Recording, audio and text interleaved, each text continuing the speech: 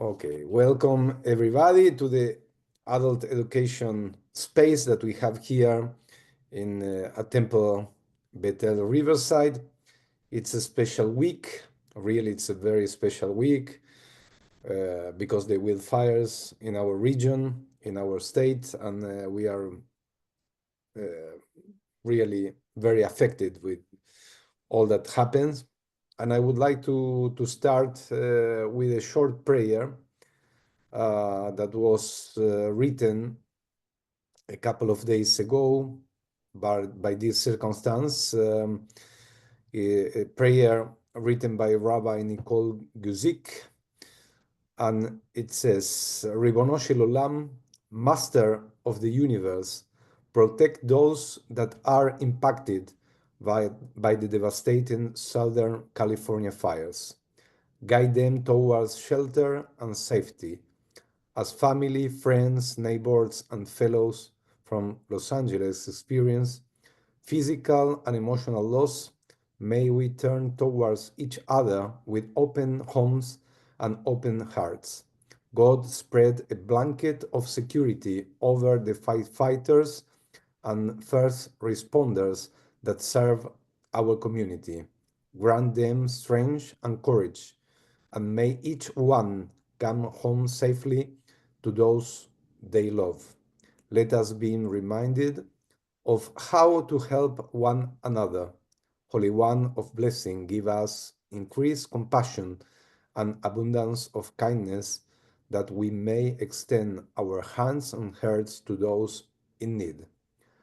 As the prophet Elijah experienced, there was a great and mighty wind, splitting mountains and shattering rocks by God's power, but God was not in the wind.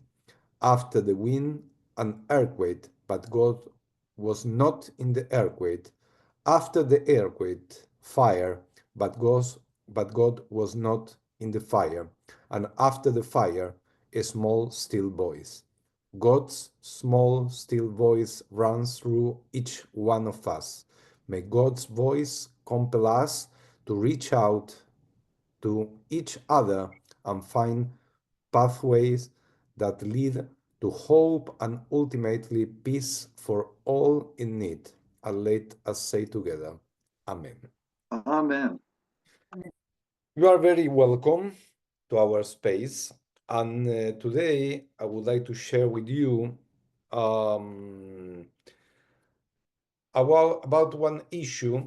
Yes, I always love to teach something regarding the Jewish calendar. And I saw in the Jewish calendar we are in the month of Tevet, and tomorrow will be the 10th of Tevet. What is, in fact, the 10th of Tevet? The 10th of Tevet starts this evening because the day. Do you remember why in the Jewish tradition we start to count the day in the evening? Yes, Please, can you remember, Carly? because in the very, very beginning, God said it was evening, and it was morning day one. It was evening, and then it was morning day two, etc. So it's in the Torah. Yes, it's in the book of Breshit. Vayere, Yeah. vayiboker, Yom Rishon, Vayere, vayiboker, Yom Sheni. Okay, evening and morning, day one. Evening, morning, day two. Evening, morning, day three. The unique difference when God created the world, when he finished the creation on the 7 days, he didn't say the Vayere, vayiboker. Mm, Yom HaShvi, Shabbat. Okay, mm, mm. Shabbat it's not a number. Okay, it's an action. The action to uh, uh, it's a day of joy. Okay, a day of rest. And when God finished the creation of the sixth day, he rest and then receive a special name. The unique day of the week in Hebrew, yes, it's Shabbat. The other days are numbers first, second, third, fourth, fifth, sixth, and Shabbat. Okay, and we start to remember this day, and it's a day related, or that we can remember the story of the destruction of Jerusalem. The 10th day of Tevet, it's a day that we remember as one of the fast days in the Jewish calendar. And I would like to remember which are the other days that we fast and why we fast. Okay, we have in our tradition, in our culture, we have two types of fast days. Okay, we have a complete fast day, like Yom Kippur or Tisha B'Av, that you start in the evening and you complete exactly 24, 25 hours. And the fast that you start in the morning and you finish before night. Okay, it's a short fast. There are two types, yes. And one of these short fast is the fast of Asara Betevet, the 10th of Tevet, this day. But we are going to analyze this fast by an Orthodox view and for a Reform view. Okay, this will be interesting. But let's start with two types of day of fast that we can find in our tradition. Short fast and big fast. For example, when we are talking about the short fast, day like today, Asara Tevet, the 10th of Tevet, Ta'anit Esther, the day before the Purim celebration, also it's a day of a short fast. Shiva Asar B'Tammuz, 17 of the month of Tammuz, and also Tzom Gedalia, the fast of Gedalia. The fast of Gedalia, it's in the period of Rosh Hashanah and Yom Kippur. Okay, that week, and we have two big fasts. One of them that most of us know, it's Yom Kippur, and the other one it's Tisha B'Av. Okay, then we have 6 fasts during the Jewish year, according to the Jewish calendar. We have minor fast and we have big fast. And let's ask to understand why we fast. What represent to fast in the Jewish tradition or in another traditions? It's not a punishment for the body. Okay, we know that in one hand, when we eat, it's something related to pleasure. Okay, when you eat a good plate of food, okay, not it's something that gives to your body some pleasure. But also, when you eat, there are some activities involved with this action. First of all, you need to go and buy the food.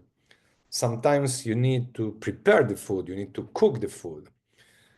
Sometimes you need to wash the food. Sometimes before cook, sometimes you need to wait a time to prepare this food.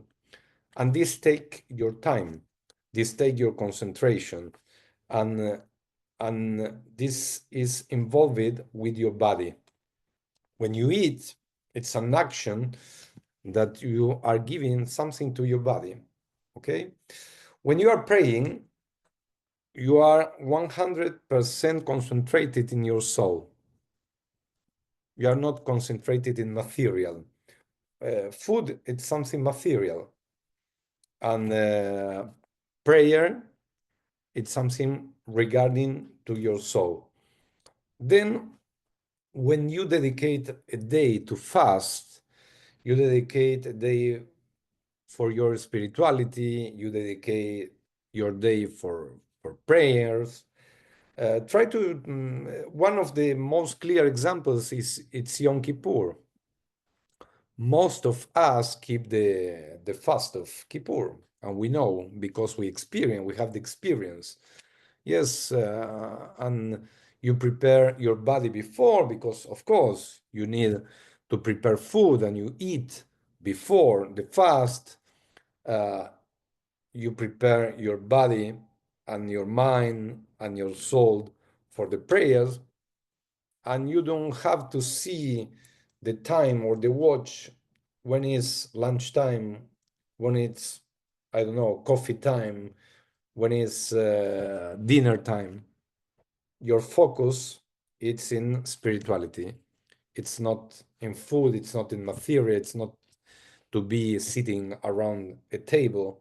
It's not, you are not worried to serve to others. You are not worried to buy. You are not going waiting for the delivery. I don't know. Many actions that involve food. Um, Sometimes we need to clean our body. Yes, and when we have some specific exam, yes, we are going to the doctor to attend the doctor, and he need to see something specific. The way to fast one day before the exam, it's to clean the body. When we have a day like Kippur, it's like an exam. God exam us, and we exam ourselves, and we need to be clean, and we need to be concentrated for this day. And we prepare our body for this day. We have some restrictions. We don't drink, we don't eat, and we eat something special the day before. Okay. In the case of the short fast that we find in our Jewish calendar, the idea is to dedicate the day to remember and to pray. Um, if we say that food represents pleasure for our body, when you don't eat, you rest this pleasure to your body. And the idea to fast is the idea to be concentrated and remember that tragic things happen in our past. Okay? Um, and we know that we are in a difficult time. We don't have desire to eat. When you are sad, when you have a loss, when it happen, when something terrible happen, you don't feel pleasure in the food. Okay. When we are thinking about the facts that happen during the months of Tevet, there are really very hard things that happen to the people of Israel. It's not just, and we are nowadays in a war. The war continues. We have hostages in Gaza. I know that in Israel, I speak regularly with my friends and with my family in Israel, and the trauma, it's very big. The trauma, it's not, they say, okay, we continue to live our lives, but it's not a normal life. It's a big trauma. And when we have bad things regarding to our spiritually home, like the Beit Hamikdash, the Holy Temple, when the empires came and when they try to change our spirituality, when they try to change our religion, when they try to change our tradition, when they try to change our prayers, when they try to send us to the exile, we are not happy, and we don't feel the necessity to eat, and we need to remember that things that happen. Let me tell you, for example, let me tell you in a historical way what was happened during the month of Tevet. Ezra described um, started to cancel the mixed marriage during the month of Tevet. The 8th of the month of Tevet, uh, it was finished the Septuaginta. Did you heard about the Septuaginta? Do you know what is the Septuaginta? The Septuaginta is the translation in Greek for the Torah. They call the Septuaginta. And We call it the Septuagint. Yeah. okay, thank you. Thank you. Um, we have, I particularly have two ways to understand this translation, the Torah from the Hebrew to Greek. In one way, there are many people who understand that this translation was a tragedy for the people of Israel because we start to lose our identity when the Torah was translated to other language. My view that we started to share our culture to the Occidental world, and they try to understand us through our holy book. I don't know if we lose or if we won with this translation, but all the nations start to understand the Torah, and they can have access to the Torah. After the translation to Greek, they translate to other languages. And nowadays, the Torah is the most popular book with with a big number of translations. Perhaps it's the number one book that was translated in many languages. This is a loss, or this is something positive? How do you see the translation of the Torah? Open your microphone, Carly, please. How do you see the translation? Well, in my view, Wendy. it didn't work out well because now anyone can read our book, and now one can make the argument if you didn't have the Septuagint, you wouldn't have Christianity because early Christianity was based on it. And then on top of that, if you have Muhammad going to churches and to synagogues and getting things a bit scrambled in his head, and now you've got Islam. So you could make the argument that it led to Christianity and Islam, both of which have anti-Semitism baked into their religion, with bad results for us. But I didn't understand the relation that you make with the translation and the Muslim, because the Muslim don't have Torah. Right, but this is my understanding. Maybe it's not correct, but my understanding is that when Muhammad was getting interested in religion, he was going to churches, he was going to synagogues, and he took ideas from both and kind of cobbled together his own thing. And then he's decided to claim that Muslims were descended from Abraham's other son.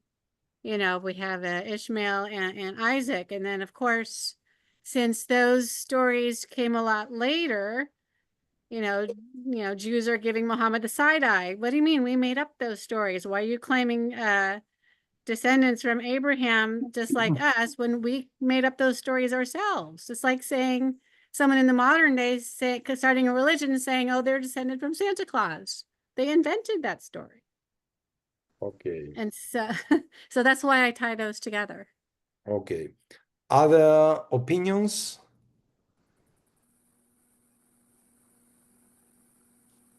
Okay.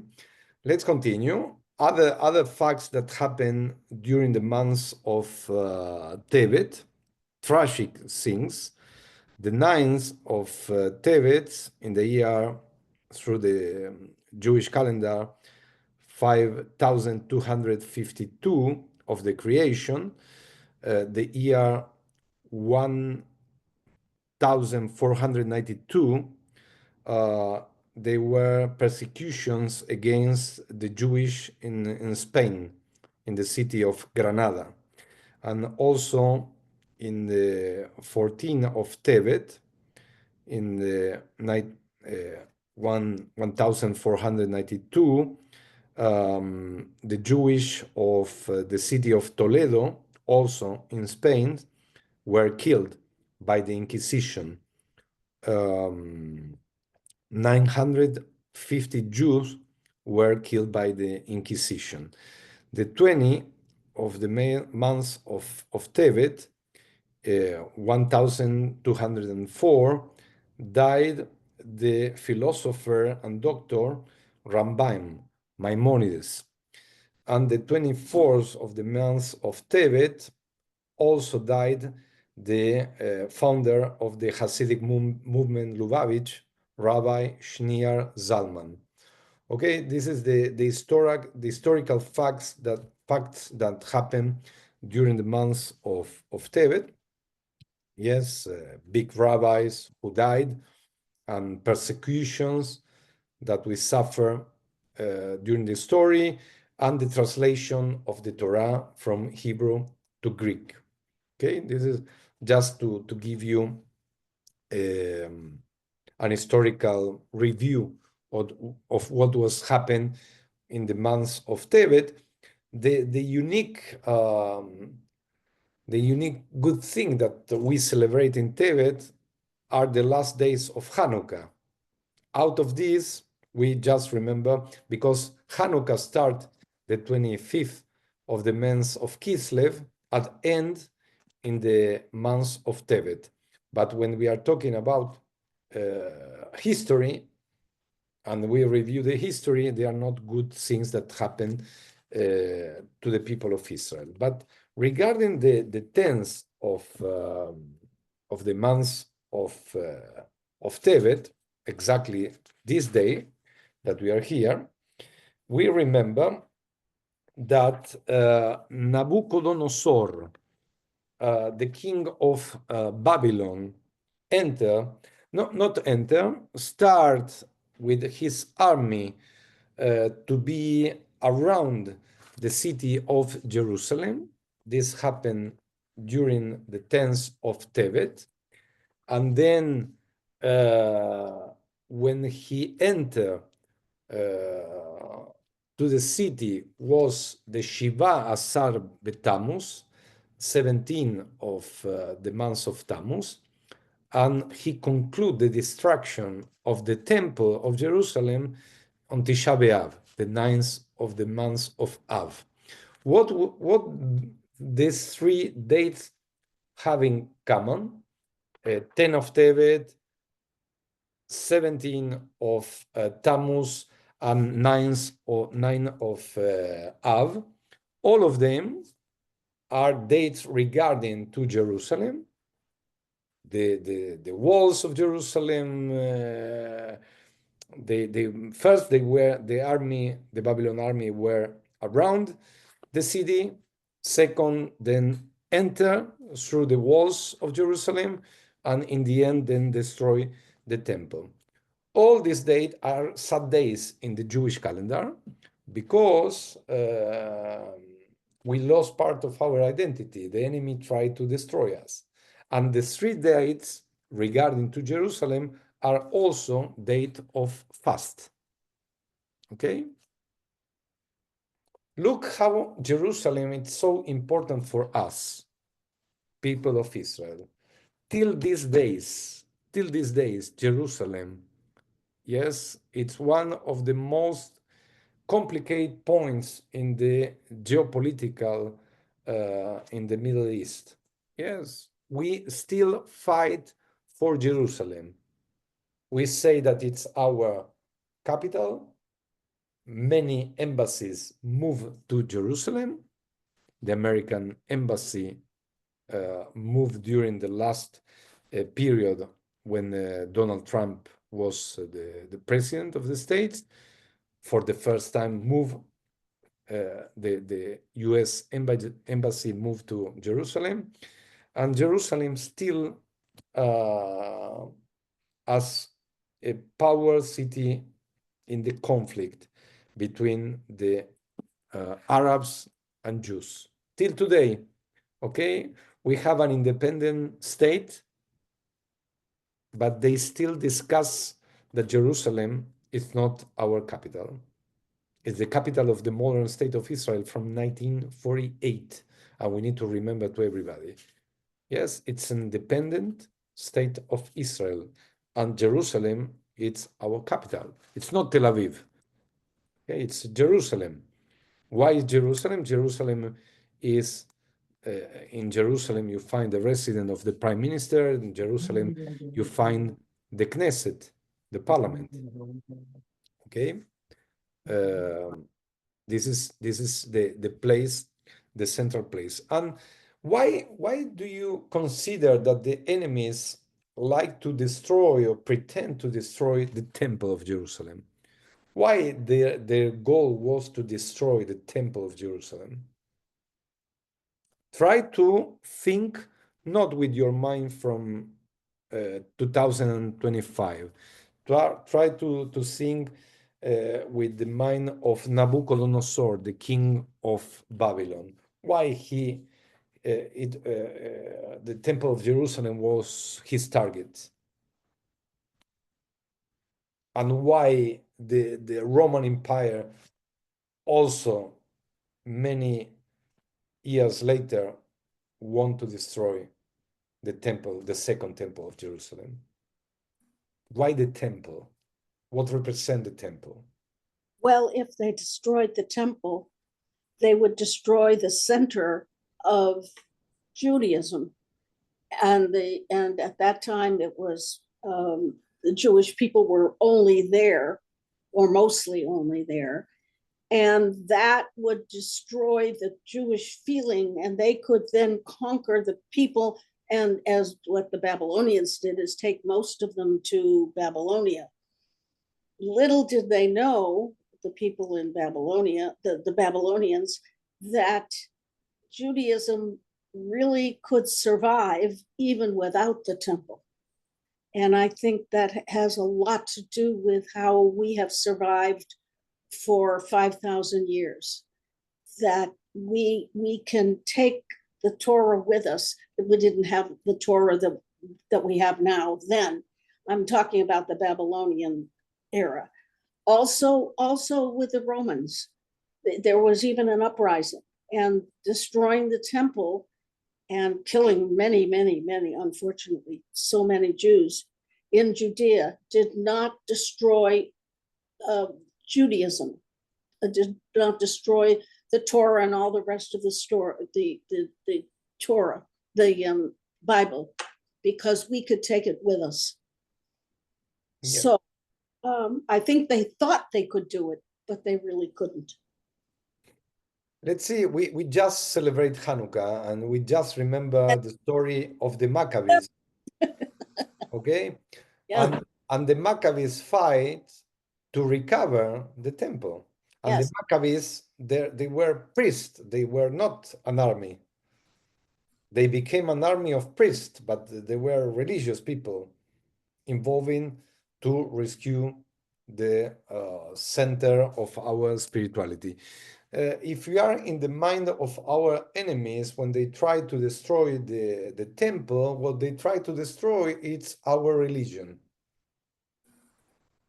Because if the presence of God was just in the temple and they destroyed the temple, and the pilgrims used to went to Jerusalem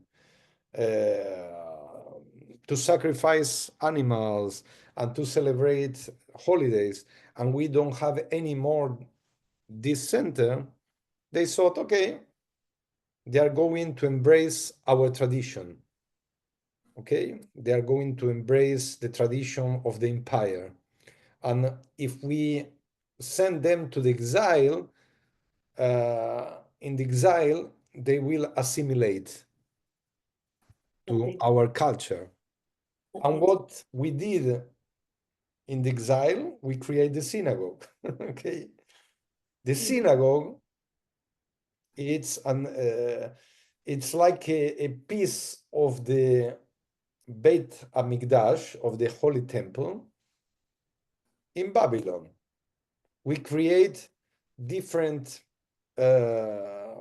we call the academies, house of studies, and we started to develop different centers, small centers. Instead to have a big center, we have many branch here and there. And when we are here in Riverside, okay, and when you open the Holy Ark, you have a piece of Mount Sinai there. Yes, we have a piece of Mount Sinai, and we don't have the original Torah, but we have a copy of the original Torah. But we are keeping the same laws that Moses and with and the kings and the sage and everybody keep during the entire life. The 10 commandments are the same. And Rambam, I just mentioned Rambam, Rabbi Moshe ben Maimon, okay, developed and understood that the Torah, that we can find 613 commandments in the Torah. And they are the same commandments that our people keep in the past and our children will keep in the future.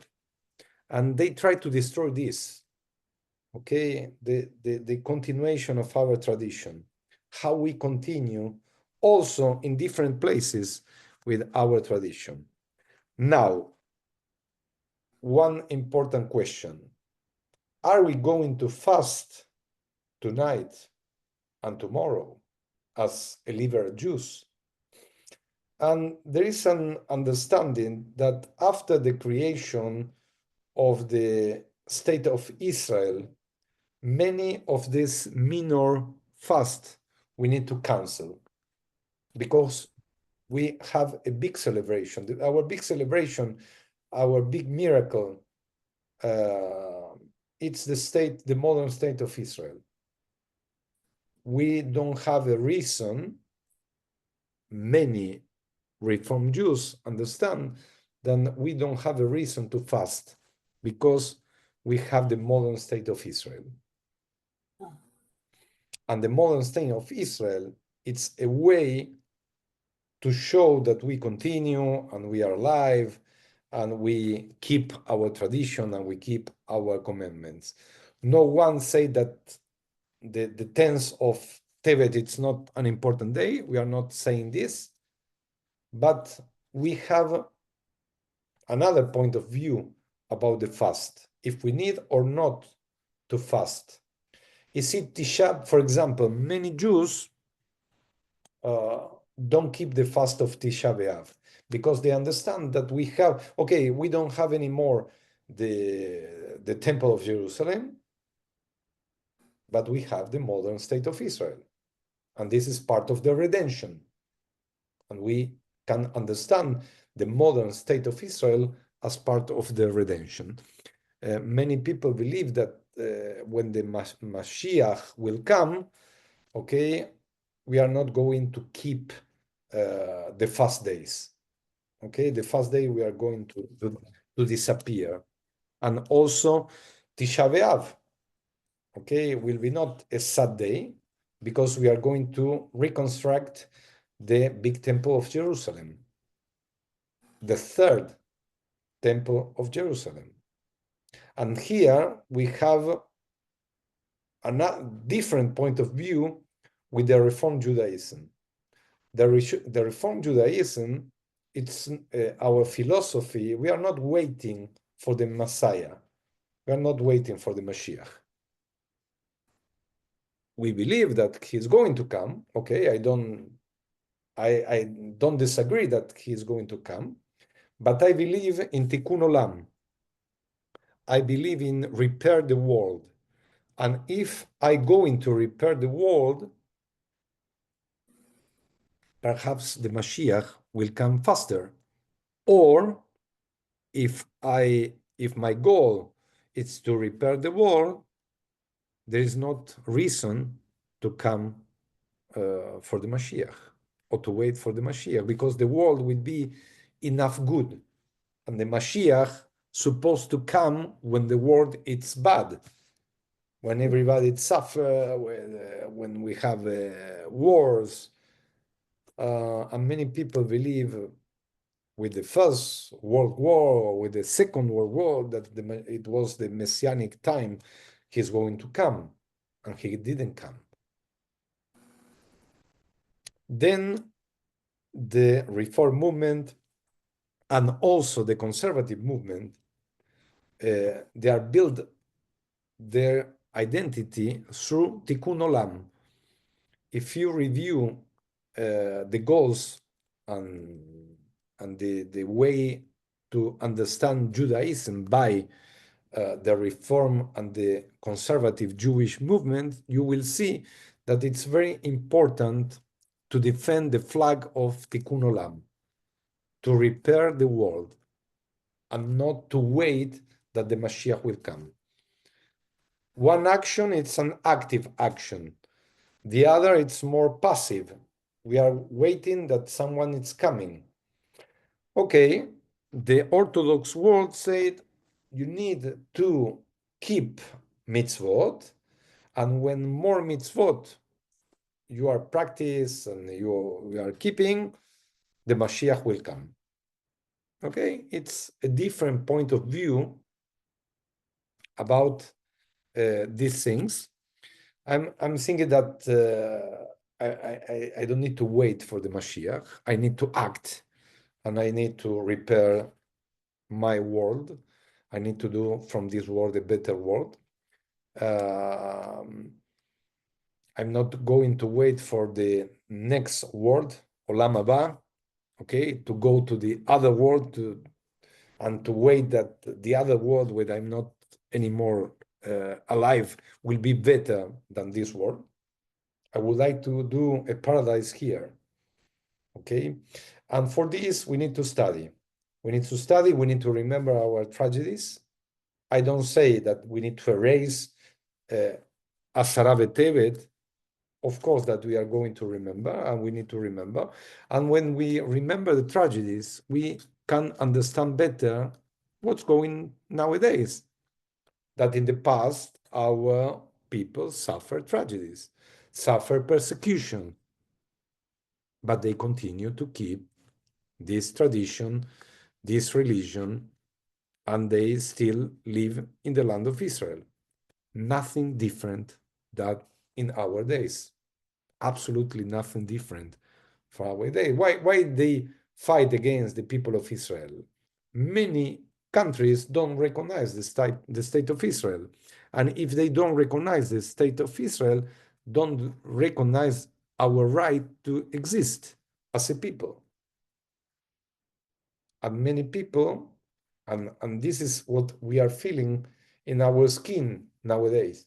Yes, the anti-Semitism, it's a movement against Jews because they don't recognize it's anti-Zionism and anti-Semitism. They are doing one thing for different things, okay? It's a problem in the state of Israel, and we are so far from Israel, but it's our problem.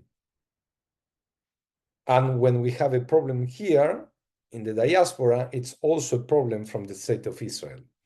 Because Kol Israel Arevim Ze Baze. It's a Talmudic phrase that said, all Israel is responsible one for the others. Okay, we are responsible. And we are wrong when we say it's not our war. Yes, it's our war because it's the war there and the anti-Semitism, it's here. It's here in Australia, in Brazil, in Argentina, in many places, in Canada, okay? Then it's important to remember dates like this date, Asara Tevet, okay? They didn't like to give us the right to live in our land and to practice our religion. Okay, and this happened many centuries ago. But we have the obligation. This is one of our qualities as a people. We have memory. And we remember the good and the bad things. Not just, it's very easy to remember the good things. Okay? It's very easy to remember the happy times. It's very easy to remember when we went to a party, but when something wrong happened with us, we also remember. Look, the place that we give to the Holocaust. You remember the Holocaust. And we remember all the dates regarding human rights. We, as a Jews, the next 21st of January, we are going to celebrate Martin Luther King Day. Yes, it's an important date for us because we are talking about human rights. And as a Jew, we celebrate the human rights because it's not just regarding to us, it's regarding to the entire world. Okay? This is our vision as Jews. We need to fight for human rights. We need to fight for justice. We need to fight for peace. They are Jewish values, but they are universal values. And this is something really very important to show to other people that our values are also their values. When Rabbi Abraham Yeshua Heschel went and walked with Martin Luther King to show that he, as a rabbi, is fighting for the black rights, he showed that Judaism, it's not just to see ourselves, it's to be worried about others. When we remember with our memory the good things and the bad things, we are taking care for our history and for our identity. Nowadays, it's a clash between civilizations, the Oriental world and the Occidental world. This is the real world in the Middle East. It's a war between civilization, between ideologies. But it's not very different than what happened with Nabucodonosor, king of Babylon, in the time of the Temple of Jerusalem. It's part of our history.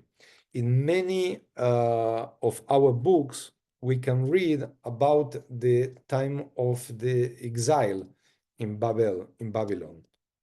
Okay, the people cry and the people remember Jerusalem, they dream to return to the Holy Land. Okay, it's part of our identity. We have many prayers, and one of them, the most powerful prayer, the Lechadodi, yes, Lechadodi, that it's a poem, and with this poem we welcome the Shabbat. Just the two first verses are talking about Shabbat, and the last verse. In the middle, the other verse are talking about the reconstruction of Jerusalem. And when we receive the most important day of the week, our holiday, the day of celebration, yes, we are remember Jerusalem. We are remember the importance of the reconstruction of Jerusalem.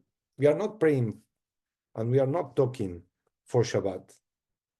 Okay, we are just in the first two verses and in the last verse. In the middle, we are talking about the reconstruction of Jerusalem. And that shows how important is Jerusalem in our tradition and why we need to remember days like Asara B'Tevet, the 10th day of the month of Tevet. questions, commentaries are very welcome. Well, also talking about Babylon, evidently, though, some Jews were, you talked about the academies. Yes. The temple wasn't existing.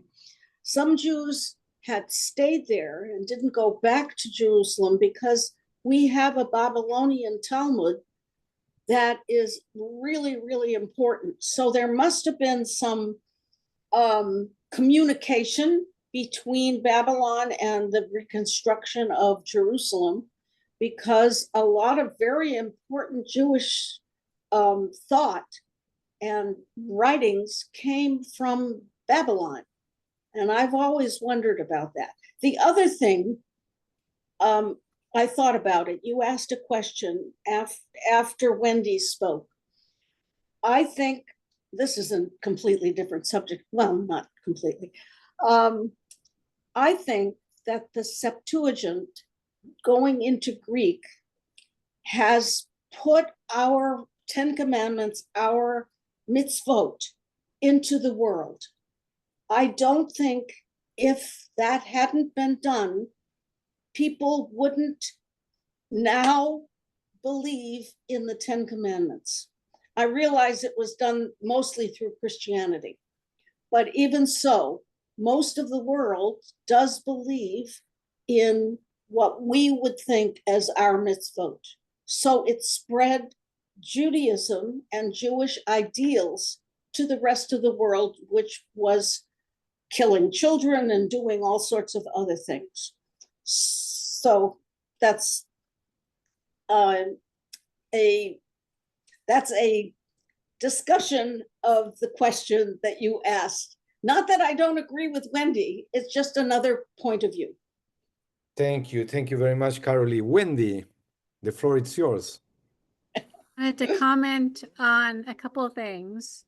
When Carolee was talking about how some of the Jews stayed in Babylon and made the Babylonian Talmud, my understanding is those are the exilarchs. The exilarchs, those are the Jews who did not return from exile. Oh, yes. Oh, yes. Right. And then what you're saying about spreading the Ten Commandments, it's good to remember before the Ten Commandments, there was the Code of Hammurabi. So they were not original. They were present in some form in society. But I don't think that the Hammurabi Code would have been disseminated to the whole world as much as Christianity did later for our ideas. And the ideas that we might have taken from other people. That's true. Anyway, it's a thought. And Babylon is an important place. It's excellent that you mentioned the creation of the Babylon Talmud. Okay, they went to the exile. They took from their land to other place, but they continue to produce and they continue to develop the education, and they gave to our world one magnificent book, the second one in importance after the Torah, that is the Talmud. And the Talmud it's an example of democracy. Why it's an example of democracy? Because the Talmud is a discussion between rabbis. It's a discussion. And through the discussion, you need to find a conclusion about the law. Okay? But everybody had his right to discuss. And also, if you was a minority, you have your right to be interpreted as a minority. It's the best example of democracy.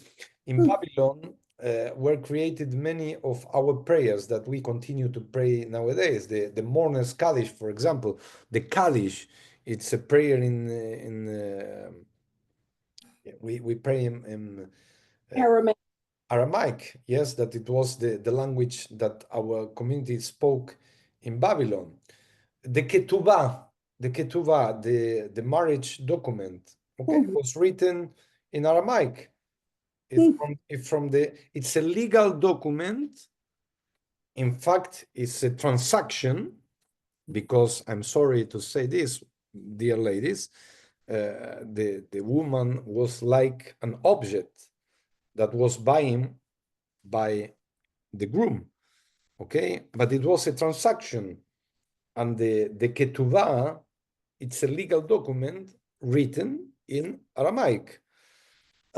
Many of the prayers of our Siddur, of course, are in Aramaic, and we need to remember that some of the prayers that we share during Passover are also in Aramaic. Alachma ania, diachalua batana, deara, ve Israel. Okay, alachma ania. This is the bread of poverty. Okay, it was written in Aramaic. The exile, it was a challenge for our people.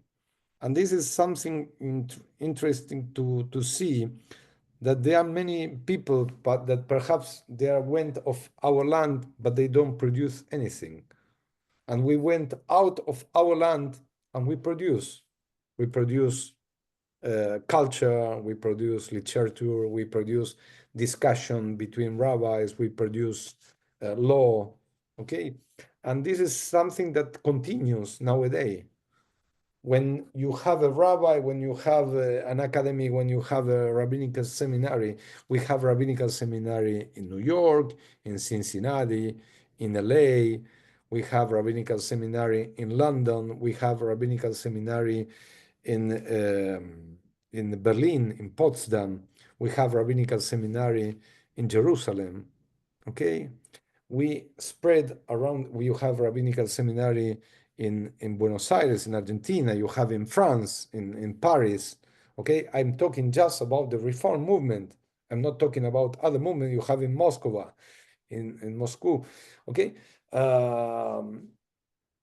Something that in other cultures you don't find. You don't find. We are spreading around the world. Sometimes I used to, it's very common to receive students from different schools, specific non-Jewish students, or I visiting schools. And one of the questions was, why you Jewish are spread around the world? Okay. But this is something that we didn't like. Our enemies, we need to find a place or a country to protect from our enemies. Why they are? How do you know how this is will be the issue from the topic for another meeting? Do you know how the Jewish community of New York started? Do you know the Jewish community of New York City?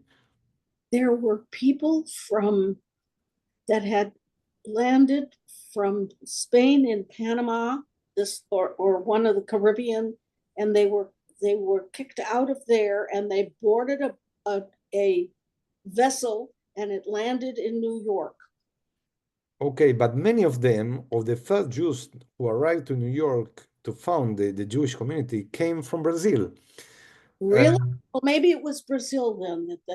They came from Brazil.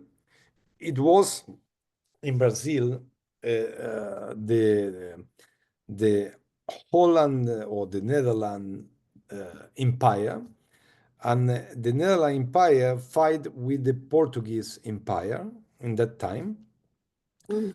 And the Portuguese were, they didn't like Jews, and the Jews went to Central America, Caribbean, and Mhm. they went to New York. And Mhm. the first communities who were found in New York City, and they call not New York, they call New Amsterdam. Okay, and Amsterdam, it was Jews who came from Brazil, from the Netherlands colonization who need to refugee in another places. Okay, and one of these places was New York, that they call New Amsterdam. Okay, it was not we love to travel. Okay, we didn't have a travel agency. It was a necessity to survive. It was a necessity to survive, and this is the reason that we are spread. Why my family went to Argentina? Why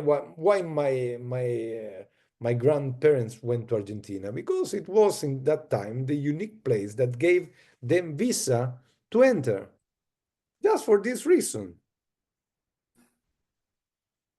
Just for this reason. And many Jews went to different countries because it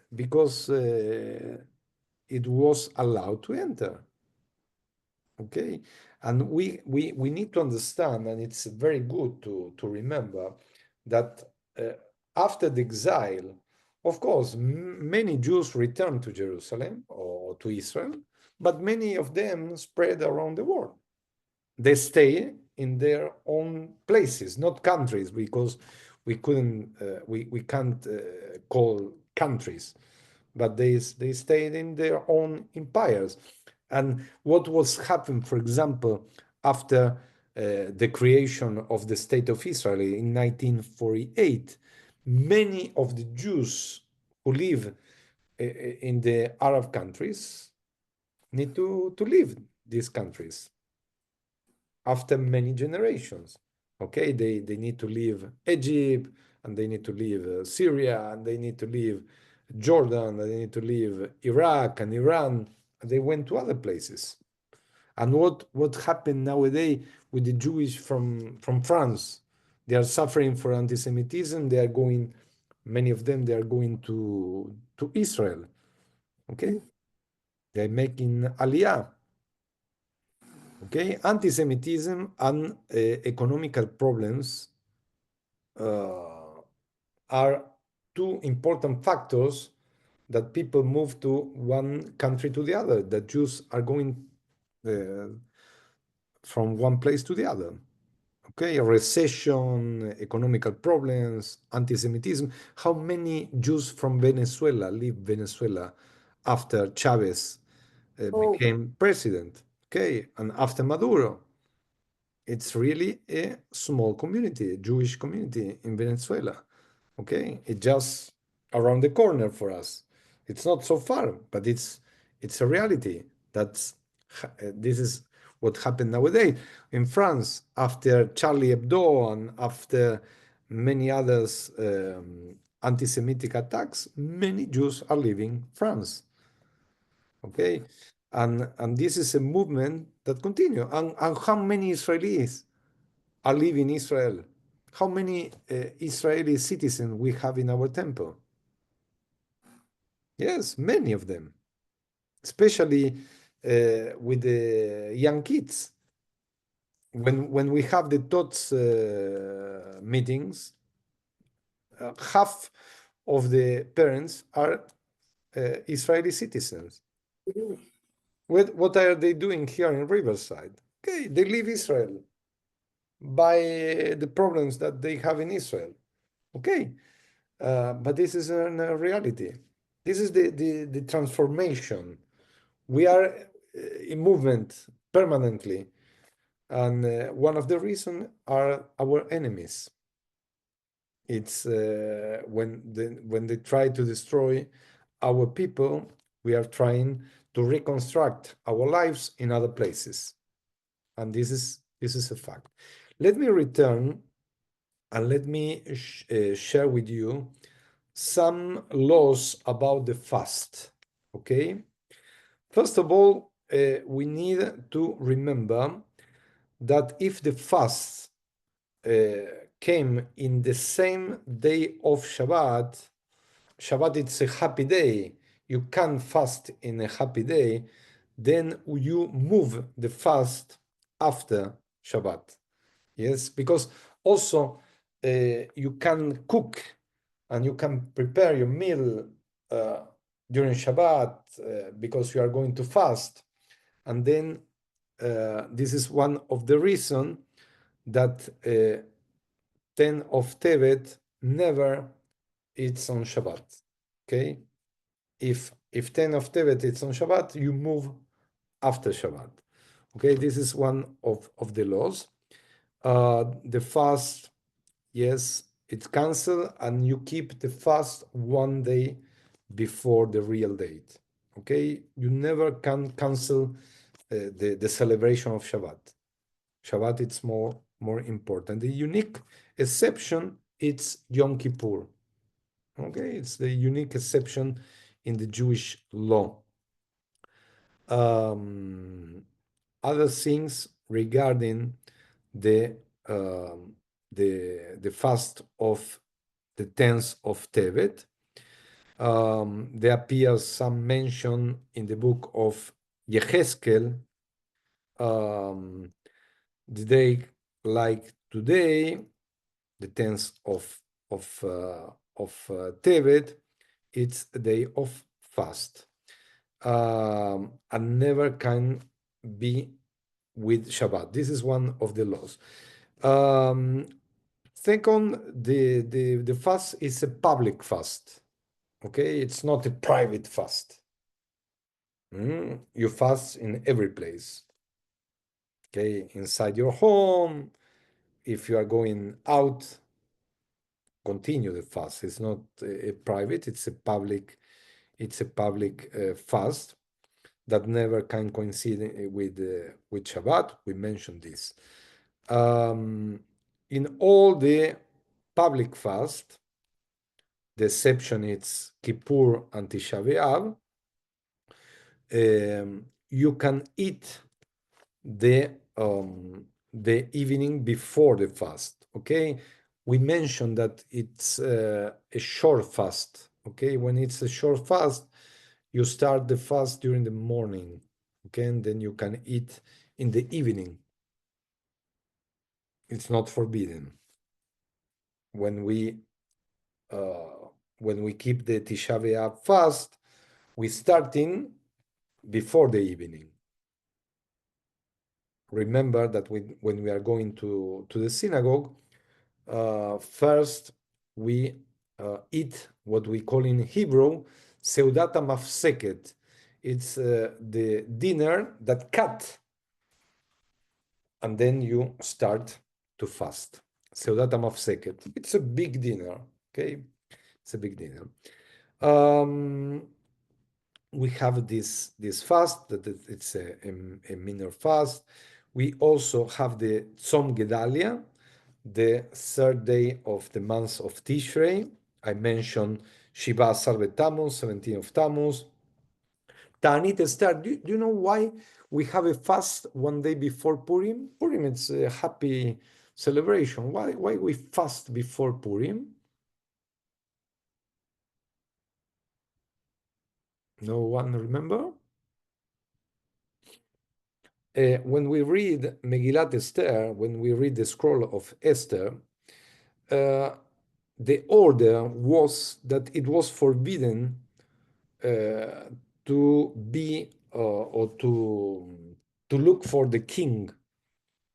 The king needs to call you to have an appointment, okay? But Esther went directly to see the king. And it's written in the book of Esther that she fasted the day before to see the king, okay? Because it was the order to kill the people of Israel in the entire empire. And then she fasted the day before. This is the reason that we have Tanit Esther. And we have another fast that it's not a public fast. This is a private fast before a wedding, but not a reform or a conservative wedding, but the Orthodox couple fast before the wedding, the day before the wedding. Do you know why?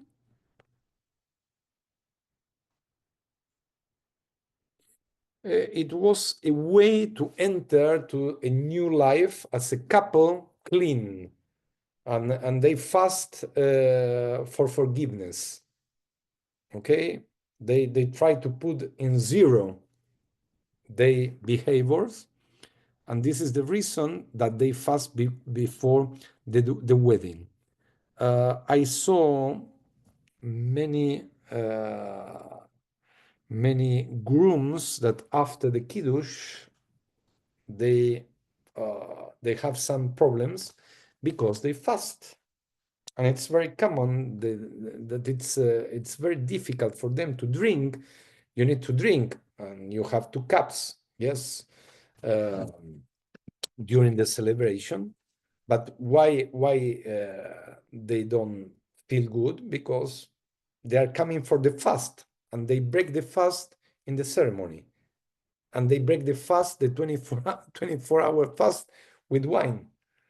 Try to imagine when you finish your fast of Kippur, if you drink 2 cups of wine, you are not going to feel so good. Okay? This is an Orthodox tradition. Reform and conservative tradition, it's completely different, but it's a good example to mention what is a private fast and a public fast. Okay, public, everybody is doing this fast the same day as a people, and you have a private fast sometimes.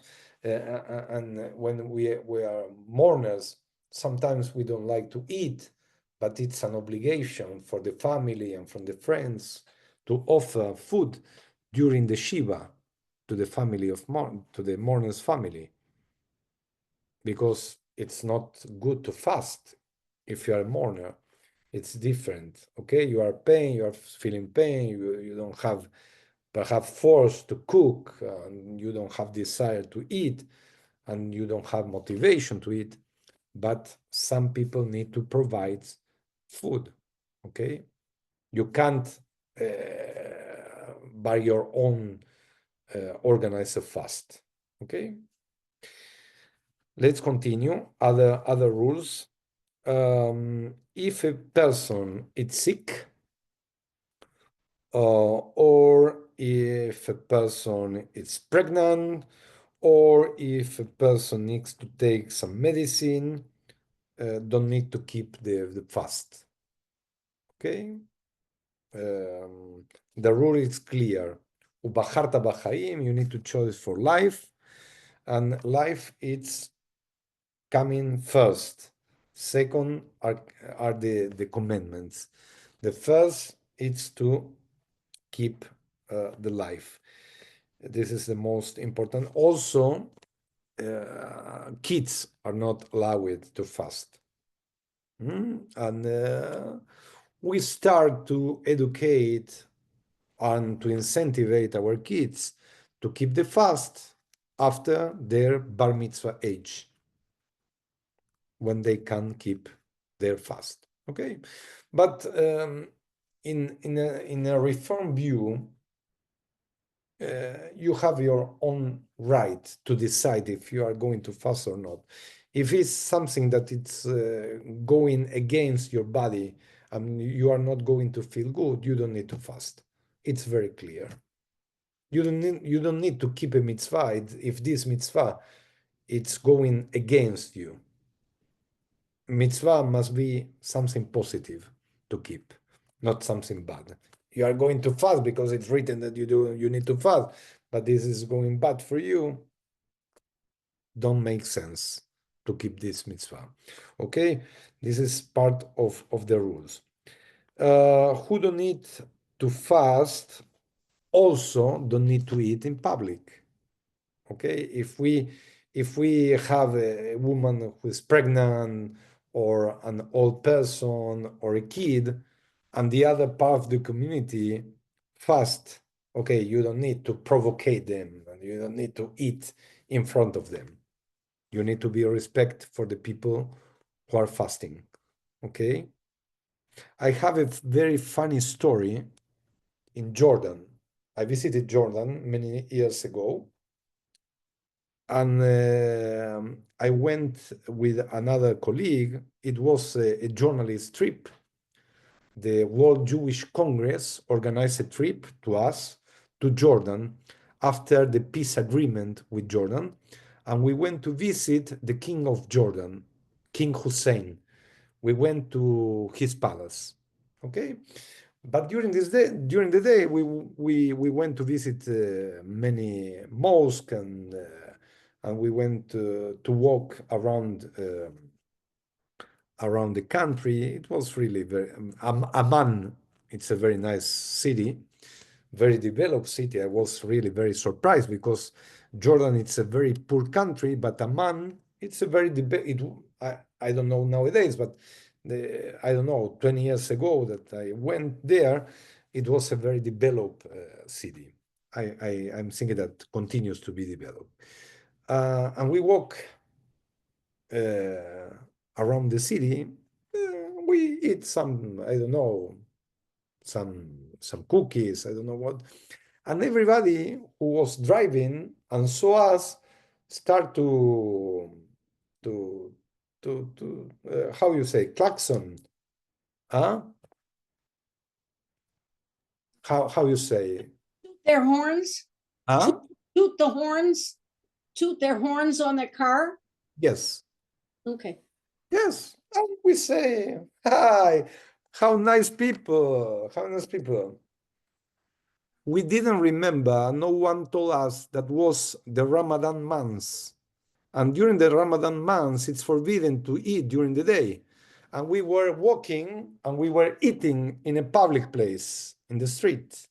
And Oh, everybody was, yes, saying to us, we imagine, oh, how nice people, everybody celebrate that we are here.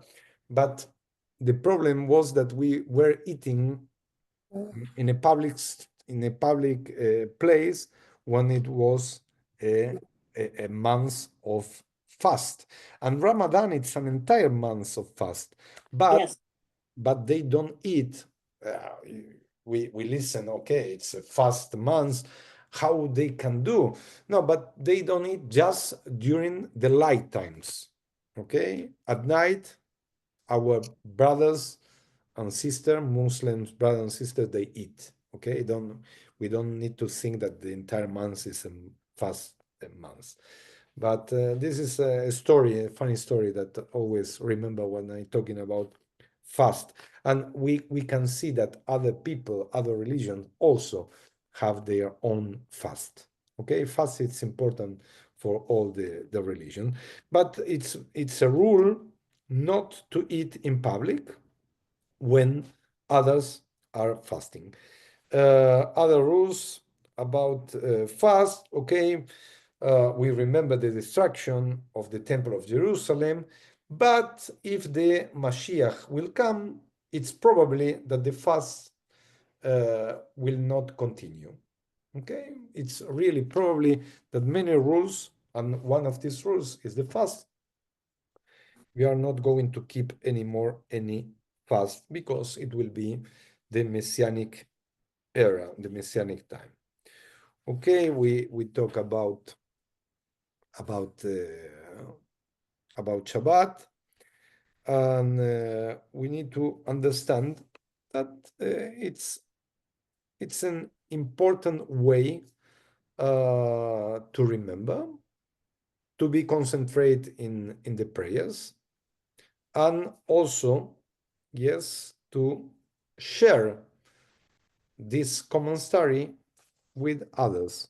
It's not something individual, it's something that we are doing as a community. Questions, commentaries? Okay. Now you know more about the tenets of Tevet. We reflect about our enemies. We reflect about the importance of the fast. And we remember the different fasts that we have along the Jewish calendar. Thank you very much for being here. Tomorrow we have the family service. Tomorrow our service will start at 6:30, and you are very welcome to join us. And this Shabbat we will have also the TNT, Torah and Tefillah. You are very welcome at 10 a.m. in our sanctuary and also online. Okay? Thank you very much for Thank you, Rabbi. Thank you very Thank much you. for your attention, and I wish Thank you a pleasant and a good and swift dreams. Okay? Thank you. Sweet dreams. Thank you. Thank you. Thank you very much. See you. Next week, we will have also another adult education class, because last week I was in Brazil, and with this class I tried to recover, okay, the class for last week. Okay, see you. Thanks. Very interesting. Thank you. Thank you. you. Thank you. Bye-bye.